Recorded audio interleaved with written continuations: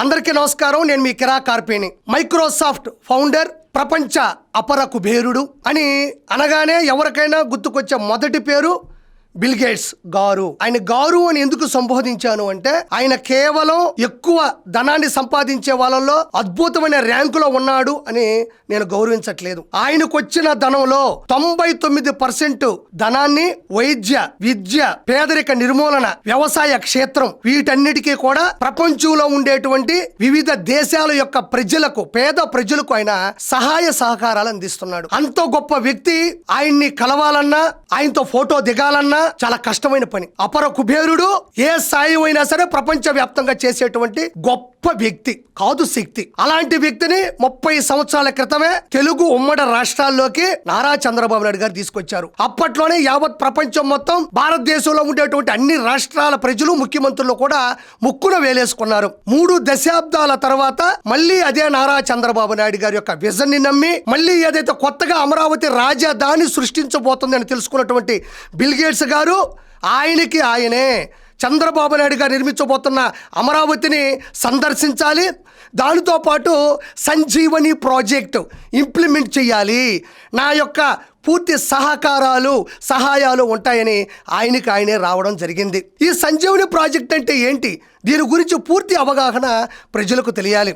Sanjeevani project యొక్క పూర్తి ఉద్దేశం ఏంటి అంటే, గ్రామీణ ప్రాంతాల్లో డిజిటల్ హెల్త్ కార్డులు, 2.5 లక్షల ఉచిత హెల్త్ ఇన్సూరెన్స్లు, ఉచిత వైద్య పరీక్షలు, మాతా శిశు సంరక్షణ, వీటన్నిటికీ సంబంధించి ఆంధ్రప్రదేశ్లో ఉండేటువంటి 26 జిల్లాల్లో ఉండేటువంటి పేద ప్రజల, గ్రామీణ ప్రాంతాల పేద ప్రజలకు ఇది ఇంప్లిమెంట్ చేయాలి, పేద ప్రజలకు ఇది అందివ్వాలి అని బిల్ గేట్స్ గారు ఒక అడుగు అమరావతి వైపు వేసి ఈరోజు మొదటిగా కుప్పంలో పైలట్ నిర్వహించారు. అంటే శాంపుల్ నిర్వహిస్తే అది సక్సెస్ అయింది. చిత్తూరు జిల్లా నుంచి మొదలయ్యి అతి తక్కువ రోజుల్లోనే సెంట్రల్ గవర్నమెంట్ సాక్షిగా బిల్ గేట్స్ గారి యొక్క అడుగు జాడల్లో ఈరోజు అమరావతి అద్భుతమైన స్థాయికి వెళ్ళబోతుంది. ఇది సంజీవని ప్రాజెక్టుకి సంబంధించినటువంటి గొప్ప విషయం అని నేను మీకు చెప్తున్నాను. అయితే బిల్ గేట్స్ గారు రావడం, నారా చంద్రబాబు నాయుడు గారు, నారా లోకేష్ గారు, డిప్యూటీ సీఎం పవన్ కళ్యాణ్ గారు ఘనంగా స్వాగతం పలకడం, అంతలోనే అక్కడికి వచ్చినటువంటి క్యాబినెట్ మినిస్టర్లు ఎవరైతే ఉన్నారో, నారాయణ గారు కావచ్చు, గొడ్డిపాటి రవికుమార్ గారు కావచ్చు, సవితా గారు కావచ్చు, వాళ్ళందరినీ కూడా లైనప్గా ఒకరిని చాలా గౌరవంగా వాళ్ళందరినీ పరిచయం చేయడం కూడా జరిగింది. అయితే ఈరోజు అంటే 28 రాష్ట్రాలు ఉన్నటువంటి ఈ భారతదేశంలో, అంటే ఆంధ్రప్రదేశ్ తీసేస్తే 27 రాష్ట్రాల్లో ఉన్నటువంటి ముఖ్యమంత్రులు, అక్కడ ఉన్నటువంటి నాయకులు, విశ్లేషకులు, మీడియా ప్రతినిధులు కూడా ఆశ్చర్యపోతున్నారు. అంత గొప్ప వ్యక్తి, అలాంటి ప్రపంచ దేశాలనే ఈరోజు ఒక స్థాయిలో ఉన్నటువంటి వ్యక్తి ఏంటి, అమరావతికి ఎందుకు రావాలి, ఎందుకు వెళ్ళాడు అని ఇంతకుముందు జరిగినటువంటి గూగుల్ డేటా సెంటర్ సాక్షిగా సుందర్ పిచాయ్ గారు డైరెక్ట్గా ఆయన పోస్ట్ చేయడము, ప్లస్ ఆయన చెప్పడం జరిగింది. ఇప్పుడేమో బిల్ గేట్స్ గారు రావడం అనేది ఎవ్వరికీ అంతు చిక్కని విషయం. నారా చంద్రబాబు నాయుడు గారి విజన్ గురించి తెలుసు, కానీ ఈ విలువల గురించి, ఆయన యొక్క అద్భుతమైనటువంటి సమయస్ఫూర్తి గురించి ఈరోజు ప్రపంచవ్యాప్తంగా ఆలోచించేటువంటి పరిస్థితులు కూడా వచ్చాయి అని నేను చెప్తున్నాను. వరకు చాలా సంతోషంగా ఉంది. వరకు నేను ఏదైతే చెప్పానో చాలా సంతోషంగా ఉంది. ఆయన వచ్చిన తర్వాత కూడా వ్యవసాయ క్షేత్రాన్ని, అరటి తోటకెళ్ళి దాన్ని పరిశీలించడం, డ్రోన్లు పిచికారీ చేసేటటువంటి తత్వాన్ని కూడా ఆయన గమనించడం, అదేవిధంగా అందరితో కలివిడిగా ఉండడం, ఆయన స్థాయిని కూడా పక్కన పెట్టి, స్థానాన్ని, హోదాని పక్కన పెట్టి అందరితో కలిసిపోయి ఆయన ఉన్నటువంటి విధానం అనేది ఈరోజు ఆశ్చర్యపోయేటువంటి విషయం. అయితే వరకు చాలా సంతోషంగా ఉంది. కానీ జగన్మోహన్ రెడ్డి యొక్క సంస్థానం గురించి నేను ప్రత్యేకంగా చెప్పనక్కర్లేదు. అంటే ఎవరు వచ్చినా తట్టుకోలేనటువంటి వాళ్ళు ఎలా ప్రవర్తిస్తారు అనేది నేను ఆశ్చర్యపోయా. సరే, పక్క రాష్ట్రం నుంచి సూపర్ స్టార్ వస్తే ఎలా మాట్లాడినారో మనకు తెలియదేం కాదు. ఎవరు ఎప్పుడు ఎక్కడ వచ్చినా గూగుల్ డేటా సెంటర్ వస్తే దాన్ని ఎలా వాళ్ళు వ్యక్తపరిచారో నేను ప్రత్యేకంగా చెప్పనక్కర్లేదు. ఈరోజు ప్రపంచంలో అపర కుబేరుడు, అందరికీ సాయం చేసే గొప్ప వ్యక్తి అయినటువంటి బిల్ గేట్స్ గారు వచ్చినప్పటికీ కూడా ఈరోజు అతన్ని కూడా విమర్శించేటువంటి పరిస్థితి. ఒక వ్యక్తి అయితే, ఆయన పేరు జర్నలిస్ట్ సాయి అంట. ఏ లిస్టులో జర్నలిస్ట్ అయ్యాడో నాకైతే తెలియదు. ఇతను జర్నలిస్ట్ కాదు, ఎర్నలిస్ట్. అంటే 10-20కి డబ్బులు తీసుకొని పేటీఎం మనిషిగా మాట్లాడుతూ ఈరోజు వైఎస్ఆర్సీపీకి తొత్తుగా ఉంటూ ఈరోజు అంత గొప్ప మనిషిని ఆయన గురించి మాట్లాడుతున్న మాటలు చూస్తే నిజంగా చాలా బాధాకరంగా అనిపిస్తుంది. అసలు ఆ జర్నలిస్ట్ సాయి అనే వ్యక్తి ఏం మాట్లాడాడో ఒకసారి మీకు నేను వినిపిస్తాను. సంజీవని ప్రాజెక్ట్ ఆయనకి అంటే మన ఆరోగ్యాలు తీసుకెళ్లి బిల్ గేట్స్ అనే రాక్షసుడి చేతిలో పెడుతున్నారు. వాడి పని ఏంటంటే మనకి ఏ రోగాలునే లెక్కగట్టి దాన్ని ఆ రోగాల్ని పెంచడానికి ఎలాంటి ప్రయత్నాలు చేయాలో చేస్తుంటాడు. ఇక్కడ మీరు గమనించండి, ఈ పేటీఎం ఈ ఎర్నలిస్ట్ సాయి మాట్లాడుతున్న మాటలు చూసారా? ప్రజల రోగాలన్నీ పసిగట్టడం, వాళ్ళ మీద వ్యాపారం చేయడం లాంటి మాటలు మాట్లాడుతున్నాడు. ప్రజల ఆరోగ్యం గురించి జర్నలిస్ట్ సాయి నువ్వు మీ జగన్మోహన్ రెడ్డి మాట్లాడి 2019 నుంచి 2024 మధ్యన జాతీయ అంతర్జాతీయ బ్రాండ్లన్నీ పక్కన పెట్టి మద్యాన్ని కల్తీ చేసి ఓన్లీ స్పిరిట్ పచ్చిమందు ఉండేటువంటి మద్యాన్ని తయారు చేసి కల్తీ చేసి ప్రజల మీదకు తోసి ఆడవాళ్ళ పుస్తలు ఎన్ని రాళ్ళగూల్చారో, ఎంతమంది పేద ప్రజల యొక్క ప్రాణాలు తీశారో ప్రత్యేకంగా చెప్పనక్కర్లేదు. మరి దాని గురించి ఎందుకు మాట్లాడవు నువ్వు? ప్రపంచవ్యాప్తంగా హిందువుల ఆరాధ్య దైవం కలియుగ వెంకటేశ్వర స్వామికి సంబంధించినటువంటి శ్రీవారి లడ్డూ ప్రసాదంలో పూర్తి స్థాయి రసాయనాలతో కలిపినటువంటి నెయ్యితో తిరుమల లడ్డూను తయారు చేసి ప్రపంచవ్యాప్తంగా ఉన్నటువంటి కోట్లాది మంది భక్తులకు తినిపించినప్పుడు నువ్వేం చేస్తుండవు?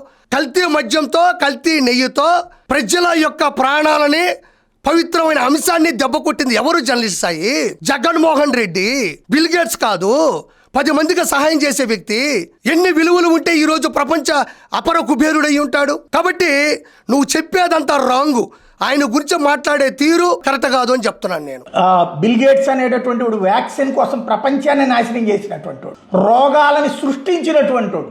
ఏనాడో వీడు రోగాలకు సంబంధించినటువంటి పాండమిక్ గురించి మాట్లాడాడు అన్నది ఎపిస్టన్ ఫైల్స్ లో కూడా తేలింది. ఇప్పుడు ఏ ఆధారాలు లేకుండా నిరూపణ లేకుండా ఆరోపణలు చేయడం అనేది నేను కూడా చేస్తా, అది పెద్ద విషయం కూడా కాదు. బిల్ గేట్స్ గారి గురించి ప్రపంచవ్యాప్తంగా గొప్పగా పొగుడుతూ ఉంటే ఎక్కడో అంటే ఒక భారతదేశంలో ఆంధ్ర రాష్ట్రంలో ఒక 500కి వీడియో చేసేటువంటి ఒక జర్నలిస్ట్ సాయి అనే వ్యక్తి మాట్లాడే మాటలు చూస్తుంటే ప్రపంచం మొత్తం పొగుడుతుంటే ఇతనొక్కడే విమర్శిస్తూ ఉన్నాడు. అంటే జగన్మోహన్ రెడ్డి అకౌంట్లో డబ్బులు వేయడం, ఆ డబ్బులు చూసుకోవడం, ఆ పేపర్ చూడడం, మాట్లాడడం తప్ప ఈరోజు ఏ ఆరోపణలు ఉన్నాయి, దానికి ఏమి ఆధారాలు ఉన్నాయి, ఏమి నిరూపణలు ఉన్నాయి? ప్రపంచానికి మొత్తానికి నచ్చినటువంటి వ్యక్తి ఈ జర్నలిస్ట్ సాయికి నచ్చలేదు అనేది చాలా ఆశ్చర్యకరమైన విషయం. ఇతను కేవలం డబ్బుల కోసమే 500 నుంచి 750 రూపాయలు డబ్బులు ఇస్తారు, అకౌంట్లో పడగానే చూసుకుంటాడు, ఏది రాసిస్తే దాన్ని కోస్తాడు తప్ప ఇందులో నిజానిజాలు ఏమున్నాయని ఈ రోజున ప్రత్యేకంగా మాట్లాడుతున్నా. అయినా సరే వాడిని తీసుకొచ్చి నెత్తిని పెట్టుకుంటున్నాం. ఒకప్పుడు మైక్రోసాఫ్ట్ వ్యవస్థాపకుడు అంటే గొప్పగా మెచ్చుకున్నాం. మరి ఆయన గొప్పోడు కాకపోతే ఆయనకు ఉన్నటువంటి కోట్లాది రూపాయల్లో 99% ఆదాయాన్ని పేద ప్రజలకు సంబంధించిన వైద్య, విద్య, పేదరిక నిర్మూలన, వ్యవసాయ క్షేత్రానికి ఎందుకు ఖర్చు పెడుతున్నాడని అడుగుతున్నాను నేను. మరి ఈ రోజు ఆంధ్రప్రదేశ్కి వచ్చాడు. ఆంధ్రప్రదేశ్ నుంచి తీసుకెళ్ళడానికి ఏముంది? జగన్మోహన్ రెడ్డి చేసిన 14 లక్షల కోట్ల అప్పు ఉంది తప్ప ఈరోజు ఆంధ్రప్రదేశ్ అమరావతి రాజధానిగా ఏం డబ్బులు ఉన్నాయి? నారా చంద్రబాబు నాయుడు గారి యొక్క చతురతతో చారిత్రాత్మకంగా ముందుకు తీసుకెళ్తూ ఈరోజు పథకాల్ని ముందుకు తీసుకెళ్తూ ప్రజల్ని కాపాడుకుంటూ ఈరోజు పోలవరం ప్రాజెక్ట్ అయినప్పటికీ కూడా అమరావతి రాజధాని యొక్క పనులైనా కూడా ఆగకుండా తీసుకెళ్తున్నాడు తప్ప ఈరోజు బిల్ గేట్స్ గారు వచ్చి ఆంధ్రప్రదేశ్లో పట్టుకెళ్ళడానికి ఏముంటుంది? ఆయన వచ్చి ఇవ్వడం తప్ప తీసుకెళ్ళడానికి ఏముంటుంది? తీసుకెళ్లాల్సిన అవసరం ఏముంది? భారతదేశంలో ఇంకెన్ని రాష్ట్రాలు లేవు? ప్రపంచవ్యాప్తంగా ఎన్ని రాష్ట్రాలు లేవు?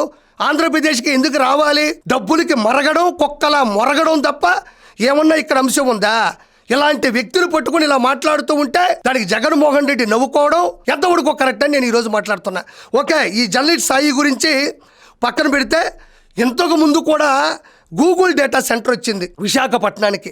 లక్షల కోట్ల రూపాయల పెట్టుబడులు, లక్షల మందికి ఉపాధి కల్పన. దాని గురించి కూడా ఏం మాట్లాడారో ఒకసారి వినండి. అంటే ఇప్పుడు ఈరోజు బిల్ గేట్స్ గారి గురించే కాదు కానీ Google data centre Sundar Pichai గారే ఒక ఇంటర్వ్యూలో చెప్పారు. ఆయన ట్వీట్ చేసినప్పటికీ కూడా ఏం మాట్లాడో ఒకసారి వినండి. అసలు ఆ డేటా సెంటర్ అంటే ఏంటో సింపుల్ గా మనం చెప్పాలంటే అదొక గోడౌన్ లాంటిది. అంటే మొత్తం అరేంజ్మెంట్లు చేసేసి బయటకు వెళ్ళి తాళం వేసి బయట ఒక గూర్ఖాన్ని కూర్చోబెట్టేస్తే గోడౌన్ పని అయిపోద్ది. చూడండి, గూగుల్ డేటా సెంటర్ ఇదేదో మనం రాసుకున్నటువంటి మనం రిజిస్ట్రేషన్ చేసుకున్నటువంటి సంస్థ కూడా కాదు. ప్రపంచవ్యాప్తంగా ఉండే గూగుల్కు సంబంధించినటువంటి Google data centre Sundar Pichai గారే డైరెక్ట్గా మేము విశాఖపట్నంలో దాన్ని నెలకొల్పబోతున్నాం, దాని యొక్క ఉపయోగాలు ఎంతమందికి ఉపాధి కల్పన ఉండబోతుందని చెప్పిన తర్వాత కూడా గూగుల్ డేటా సెంటర్ అంటే ఒక గోడౌన్ అంట, దానికి తాళా వేసేసి జోబులు వేసుకుంటే బయట ఒక సెక్యూరిటీ గార్డు కూర్చో ఉంటాడంట. అంటే దాని గురించి కూడా ఇంతకుముందు ఈరోజు బిల్ గేట్స్ గారి గురించే కాదు, సుందర్ పిచాయ్ గారికి సంబంధించినటువంటి సంస్థ గురించి కూడా మాట్లాడేటువంటి మాటలు. అయితే ఇక్కడ మీరు ఆలోచిస్తే ఇంతకు ముందు సూపర్ స్టార్ రజనీకాంత్ గారు చంద్రబాబు నాయుడు గారి మీద, ఆయనకి ఎన్టీఆర్ గారి మీద, తెలుగుదేశం పార్టీ మీద అమితమైనటువంటి ప్రేమ. ఆయన ఒక సభలో ప్రజల ముందు కూర్చొని ఉన్నప్పుడు ఆయన మాట్లాడి వెళ్ళిపోయిన తర్వాత ఆయన ఏమి వైఎస్ఆర్సీపీని ఎండగట్టాలని లేదు, వైఎస్ఆర్సీపీ నుంచి బ్యాడ్గా మాట్లాడలేదు, జగన్మోహన్ రెడ్డిని ఆయన వెకిలి చేష్టాలు చేస్తూ మాట్లాడలేదు. కేవలం ఆయన యొక్క ప్రేమని చెప్పి అక్కడి నుంచి వెళ్ళిపోయాడు. దాని తర్వాత వెనక ముందు చూసుకోకుండా కొడాలి నాని ఎలా మాట్లాడాడో ఒకసారి వినండి. నిన్న వచ్చాడు ఒక స్టారు, పక్క రాష్ట్రానికి సంబంధించినటువంటి స్టారు, ఇక్కడ జీరో, అక్కడ హీరో, ఇక్కడ జీరో. ఆ జీరో వచ్చి ఇక్కడ చెప్తాడు చంద్రబాబు నాయుడు పరిపాలన బాగుంటుంది, వీడి విధన బాగుంటుంది, వీడి పిండగుడు బాగుంటుంది అని చెప్పి. నీచమైనటువంటి వ్యక్తుల్లో రజనీకాంత్ కూడా ఒకడు. చూసారా, సూపర్ స్టార్ రజనీకాంత్ గారు భారతదేశ వ్యాప్తంగానే కాదు ప్రపంచ వ్యాప్తంగా పాన్ ఇండియా సినిమాని రుచి చూపించిన వ్యక్తి. ప్రపంచ వ్యాప్తంగా ప్రపంచ జనాలందరూ కూడా ఆయన స్టైల్కి, ఆయన డైలాగ్ డెలివరీకి, ఆయన బాడీ లాంగ్వేజ్కి, ఆయన కలెక్షన్స్కి, ఆయన మంచి హృదయానికి హార్డ్ కోర్ ఫ్యాన్స్ ఉన్నారు.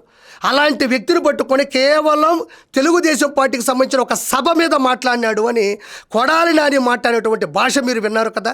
ఒకవైపు సుందర్ పిచాయ్ గారికి సంబంధించిన సంస్థ గురించి, మరొక వైపు సూపర్ స్టార్ రజనీకాంత్ గారి గురించి మాట్లాడినటువంటి భాష ఎంత దారుణంగా ఉందో చూడండి. ఇదే కొడాలి నాని చెన్నైకి వెళ్ళాడు అంటే పడయప్ప ఫ్యాన్స్ పడేసి కొడతారు. అతని సినిమాని తమిళనాడులో చూడాలి అంటే ఇతగాడికి ఒక దశాబ్ద కాలం పడుతుంది. ఆ విధంగా జనాలు బారులు తీరుంటారు, సినిమా కోసం కొట్టుకుంటూ ఉంటారు. అలాంటి వ్యక్తి మీద ఇతను చేసినటువంటి దోషణలు చూడండి. దాని తరువాత చంద్రబాబు నాయుడు గారు, లోకేష్ గారు, పవన్ కళ్యాణ్ గారు ఘనంగా స్వాగతం పలికారు. ఆ తర్వాత బిల్ గేట్స్ గారికి నారాయణ గారిని కావచ్చు, కందుల దుర్గేష్ గారిని కావచ్చు, సవితా గారిని కూడా ఎంత గౌరవంగా మర్యాదపూర్వకంగా మంత్రుల్ని పరిచయం చేస్తూ ఉన్నారు నారా చంద్రబాబు నాయుడు గారు. గతంలో చూడండి, ఈ వీడియో మళ్ళీ చూడండి. ఇక్కడ కూడా నిమ్మల రామానాయుడు గారు ఉన్నారు, కొల్లు రవీంద్ర గారు ఉన్నారు, గొట్టిపాటి రవికుమార్ గారు.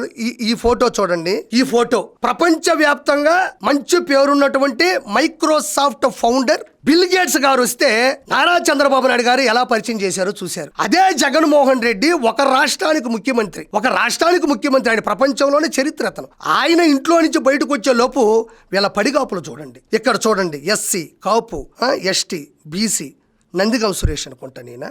ఆయన వచ్చేలోపు వీళ్ళందరికీ కనీసం వెయిటింగ్ హాల్ లేకుండా, వీళ్ళకి మర్యాద లేకుండా, వీళ్ళందరినీ ఒక కాన్ఫరెన్స్ మీటింగ్లో కూర్చోకుండా వీళ్ళకి ఇచ్చినటువంటి విలువ చూడండి. నేను కేవలం క్యాష్ లైన్ నేను చెప్పట్లేదు, ఎవరికైనా విలువ ఇవ్వాలి కదా. వీళ్ళందరినీ కూడా ఇలా నిలబెట్టి ఆయన వచ్చేలోపు పొందినటువంటి అనుభూతి చూడండి.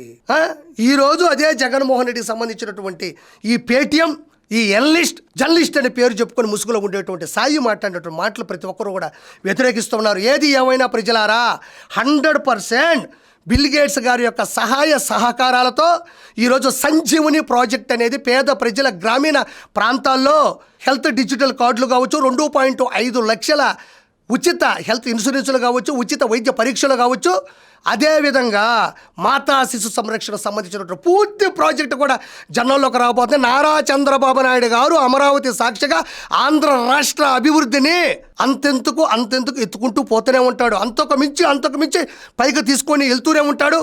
ఇలాంటి భాష, వీళ్ళ ఆత్మఘోష చూస్తూ ఉంటే రానున్న రోజుల్లో మరి దారుణమైన పరిస్థితుల్లో ఓడిపోయేటువంటి విధానంలో వీళ్ళు ఉన్నారు. చివరగా చెప్పేది ఒకటే, అసెంబ్లీ గేట్స్ దాటి రాని వారు కూడా బిల్ గేట్స్ గురించి మాట్లాడుతున్నారంటే నిజంగా జనాలు నవ్వుకుంటూ ఉన్నారు. Thank you so much.